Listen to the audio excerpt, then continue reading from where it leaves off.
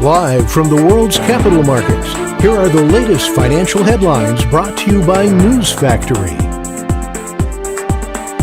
Hello and welcome to Friday's Daily Financial Report. The dollar-yen pair traded sideways in the last session. The CCI is giving a positive signal. The Bitcoin-dollar pair exploded 2.4% in the last session.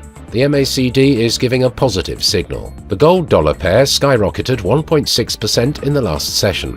The Williams indicator is giving a positive signal. The last session saw the oil gain 0.3% against the dollar. The stochastic RSI is giving a positive signal. And now let's hear what our chief analyst picked up for us today. US mortgage rates fell this week for the first time in more than a month, amid signs of slowing economic activity, but remain too high to provide a significant boost for the housing market. Digital Currency Group saw a surge in revenue in the first quarter of 2024, driven by the recovery of crypto markets.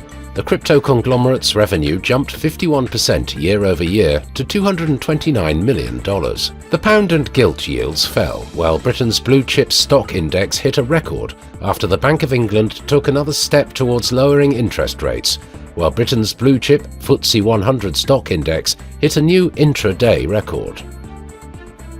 Those were today's major economic events, and now moving on to world financial headlines.